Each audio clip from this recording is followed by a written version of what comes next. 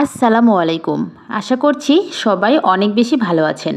আজকে আপনাদেরকে রান্না করে দেখাবো রাজশাহীর বিখ্যাত কুমড়া বড়ি দিয়ে শিং মাছের পাতলা ঝোলের রেসিপি।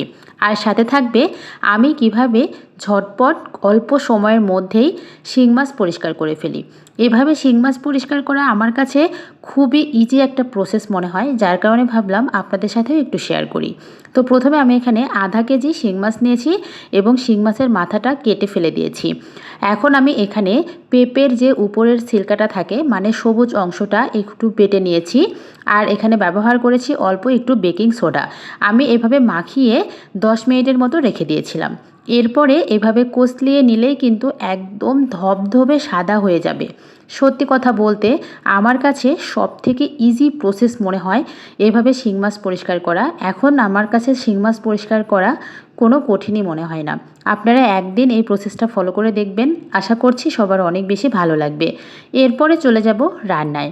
আমি রান্নার জন্য প্রথমে চুলায় একটা প্যানের মধ্যে পরিমাণ মতো সয়াবিন তেল দিয়ে দিয়েছি। এরপরে দিচ্ছি সেই রাজশাহীর বিখ্যাত কুমড়া বড়ি। আর এই কুমড়া বড়িগুলো আমার শাশুড়ি মায়ের হাতের। আমার শাশুড়ি মাই কুমড়া বড়িগুলো খুবই ভালো বানায়। 1 বছরের মধ্যে একবারই এই কুমড়া বড়িগুলো বানানো হয়। আর আমি কুমড়া বড়িগুলো ফ্রোজেন করে রেখে দিই, যাতে করে যখন খেতে ইচ্ছে করবে আমি এই কুমড়া বড়িগুলো রান্না করে ফেলতে পারি। তো কুমড়া বড়িগুলোকে আমি ভালো করে লাল লাল করে ভেজে নিয়েছি। এরপরে ওই একই তেলের মধ্যে আমি দিয়ে দিচ্ছি পরিমাণ মতো পেঁয়াজ কুচি। আমি এখানে বড় সাইজের 4টা পেঁয়াজ কুচি ব্যবহার করছি। আমি কিন্তু আজকে পেঁয়াজ বাটা ব্যবহার করব না, যার কারণে পেঁয়াজের পরিমাণটা একটু বেশি ব্যবহার করেছি। এরপরে পেঁয়াজটা হালকা একটু নরম হয়ে আসলে আমি এখানে দিয়ে দিয়েছি পরিমাণ মতো অল্প একটু পানি, যাতে মশলাগুলো পুড়ে না যায়। এরপরে আমি আদা, রসুন, জিরা একসাথে একটু বেটে নিয়েছি, সেই মশলাটা ব্যবহার করেছি। এখন এখানে ব্যবহার করছি স্বাদ মতো লবণ। এরপরে আমি দিয়ে দিব হাফ চামচের মতো ধনিয়া গুঁড়া, আর 1 চামচের একটু কম হলুদ গুঁড়া, 1.5 চামচ মরিচ গুঁড়া। এখন আমি এখানে দিয়ে দিব হাফ চামচের একটু বেশি জিরা গুঁড়া।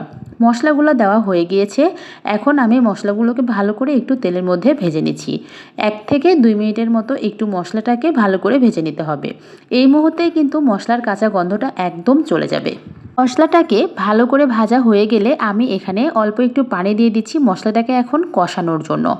এখন আমি ঢাকনা দিয়ে ঢেকে আরও 2 মিনিটের মতো মিডিয়াম হিটে রেখে মশলাটাকে কষিয়ে নিচ্ছি। যেহেতু আমি ঝোল রান্না করব, তাই আমি চেষ্টা করেছি মশলাটাকে প্রথমেই খুব ভালোভাবে কষিয়ে নেওয়ার জন্য। মশলা থেকে যখন উপর দিয়ে তেল ছেড়ে দিবে, তখন বুঝে নিতে হবে মশলাটা ভালোভাবে কষানো হয়ে গিয়েছে।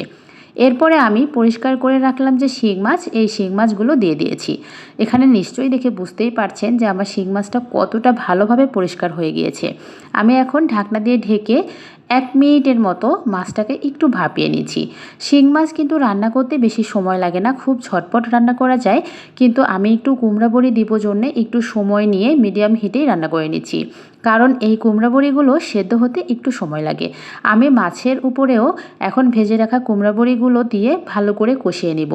এখন আমি কোনো প্রকার পানি ব্যবহার করব না, পানি ছাড়াই মাছের সাথে একটু সাবধানতার সাথে কষিয়ে নিব। মাছগুলো যেন ভেঙে না যায়, ঠিক সেই দিকে লক্ষ্য রেখে মাছগুলোকে ভালো করে কষিয়ে নিতে হবে।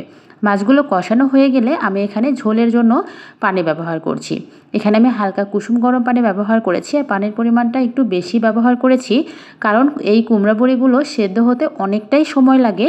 এখন আমি ঢাকনা দিয়ে ঢেকে 10 থেকে 12 মিনিটের মতো রান্না করে নিব, একদম ঝোলটা টেনে আসা পর্যন্ত। ঝোলটা কিন্তু আমার খুব ভালোভাবে ফুটে উঠেছে। আর আজকে আমি এই রান্নায় কিন্তু কোনো প্রকার জিরা গুঁড়া আর ব্যবহার করব না, কারণ আমি প্রথমে জিরা গুঁড়া ব্যবহার করেছি। এরপরে কিন্তু আমার রেডি হয়ে গেছে এই মজাদার কুমড়া বড়ি দিয়ে শিং মাছের পাতলা ঝোল। সত্যি কথা অসাধারণ একটা রেসিপি, অবশ্যই ট্রাই করার অনুরোধ রইল। সবাই ভালো থাকবেন। আল্লাহ হাফেজ। আসসালামু আলাইকুম।